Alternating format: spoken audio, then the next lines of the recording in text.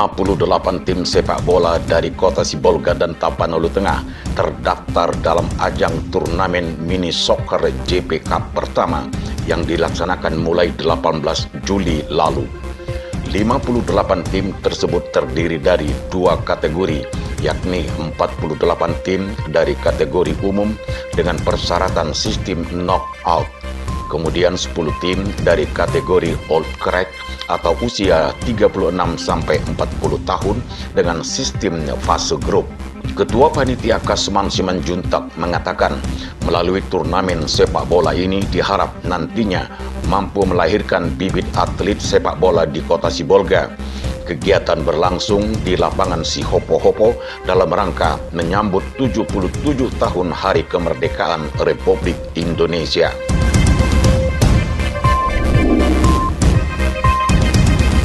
Gereja Huria Kristen Indonesia HKI Jemaat Pasir Bidang Kota Sibolga menggelar ibadah minggu kelima setelah Trinitatis pada Minggu 17 Juli. Pendeta Vicoy Manurung menyampaikan khotbah dengan topik Yesus mencari dan menyelamatkan yang hilang.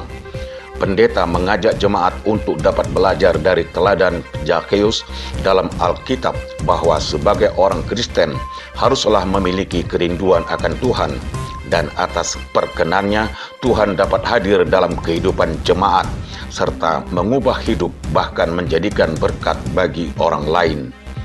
Seluruh rangkaian ibadah HKI Jemaat Pasir Bidang juga ditayangkan dalam program Siraman Rohani N2STV.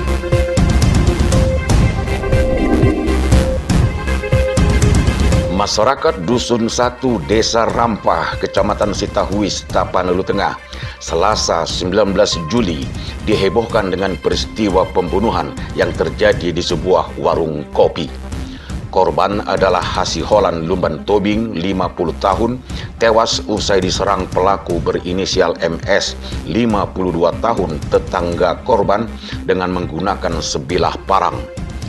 Salah seorang saksi, Olowan, pemilik warung kopi, menjelaskan kejadian berawal dari pelaku MS yang datang ke warungnya di Jalan Lintas Sibolga Tarutung, dan tidak berselang lama pelaku langsung menusuk dan menghunjamkan parang kepada korban.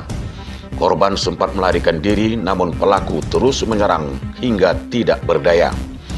Setelah melakukan aksinya, pelaku MS langsung melarikan diri. Akibat panik, pelaku pun melakukan percobaan bunuh diri dengan menikam perutnya sendiri dan dilarikan ke Rumah Sakit Umum Daerah Pandan untuk perawatan medis.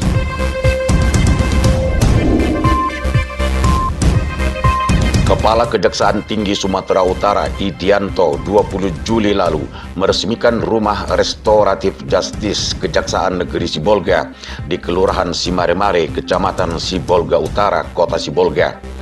Peresmian dilaksanakan secara serentak di Sumatera Utara melalui Zoom virtual yang ditandai dengan pemukulan gong, kemudian dilakukan pengguntingan pita oleh Kepala Kejaksaan Negeri Sibolga. Kepala Kejaksaan Negeri Sibolga Irfan Paham Samosir berharap peresmian Rumah Restoratif Justice nantinya berfungsi sebagai wadah penyelesaian suatu tindak pidana dengan menekankan nilai keseimbangan, persaudaraan, dan kekeluargaan dalam masyarakat. Dengan golongan kasus kerugian di bawah Rp2.500.000 atau hukuman penjara sekitar selama 5 tahun. Kementerian Pendidikan, Kebudayaan, Riset, dan Teknologi mengeluarkan kebijakan dalam pengembangan kurikulum merdeka yang diberikan kepada satuan pendidikan sebagai opsi tambahan dengan misi pemulihan pembelajaran tahun 2022-2024. Hal itu dilakukan merujuk pada kondisi pandemi COVID-19 yang menyebabkan banyaknya kendala dan memberikan dampak yang cukup signifikan dalam proses pembelajaran yang pada saat itu mempergunakan sistem pembelajaran kurikulum 2013. Terkait dikeluarkannya kebijakan tersebut, ternyata masih banyak sekolah yang masih menggunakan kurikulum 2013 karena belum siap untuk menggunakan sistem pembelajaran kurikulum merdeka, seperti sekolah-sekolah di bawah naungan Cabang Dinas Pendidikan Sibolga, Sumatera Utara.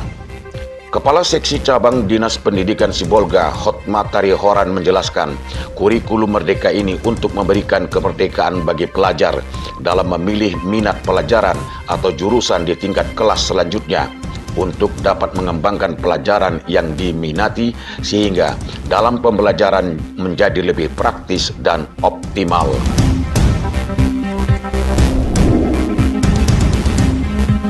Masyarakat nelayan dan pedagang ikan Kota Sibolga Jumat 22 Juli menggelar aksi damai, menyampaikan aspirasi mendukung dan mengawal pembangunan pasar ikan modern Kota Sibolga. Dengan membentangkan spanduk bertuliskan siap mengawal dan mendukung pembangunan pasar ikan modern, puluhan masyarakat dari kelompok nelayan dan pedagang langsung mendatangi lokasi proyek pembangunan di Jalan Ahmad Dahlan, Kelurahan Aik Manis, Kecamatan Sibolga Selatan atau lokasi lahan UD Budijaya.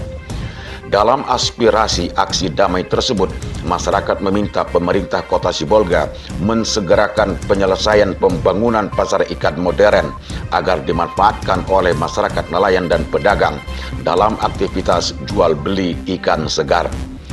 Disebutkan pasar Mina Nauli di Jalan Balam Sibolga dianggap sudah tidak layak karena menghambat badan dan ruas jalan. Terpantau pada pelang proyek pembangunan pasar ikan modern Kota Sibolga tersebut bersumber dana dari APBD Kota Sibolga sebesar 22 miliar rupiah lebih. Terkait pelaksanaan kurikulum Merdeka pada tahun ajaran 2022 yang merupakan kebijakan Kemendikbudristek, Kepala Seksi Pendidikan Cabang Dinas Pendidikan Sibolga Provinsi Sumatera Utara, Hotma Sarituah Tarihoran mengatakan, dari 33 SMA dan 28 SMK di bawah naungan Cabang Dinas Pendidikan Sibolga, SMA swasta Katolik Sibolga adalah sekolah yang sudah menerapkan sistem pembelajaran kurikulum Merdeka, dikarenakan sekolah tersebut termasuk dalam sekolah penggerak. Sementara sekolah lainnya masih menggunakan kurikulum 2013 karena belum siap untuk menerapkan kurikulum Merdeka. Cabang Dinas Pendidikan Sibolga memberikan waktu selama 6 bulan dalam arti semester depan agar sekolah lainnya juga sudah siap untuk menerapkan kurikulum Merdeka. Ditemui tim liputan N2STP pada 21 Juli, Kepala Sekolah SMA Swasta Katolik Sibolga, Rumen Tauli Simalango menjelaskan untuk penerapan sistem pembelajaran kurikulum Merdeka diterapkan untuk pelajar kelas 10. Dengan menekankan kewirausahaan, kebinekaan, dan kearifan lokal, serta memberikan pembelajaran dari seluruh mata pelajaran. Edi Prambudi, Tim Liputan dan Dokumentasi N2STV.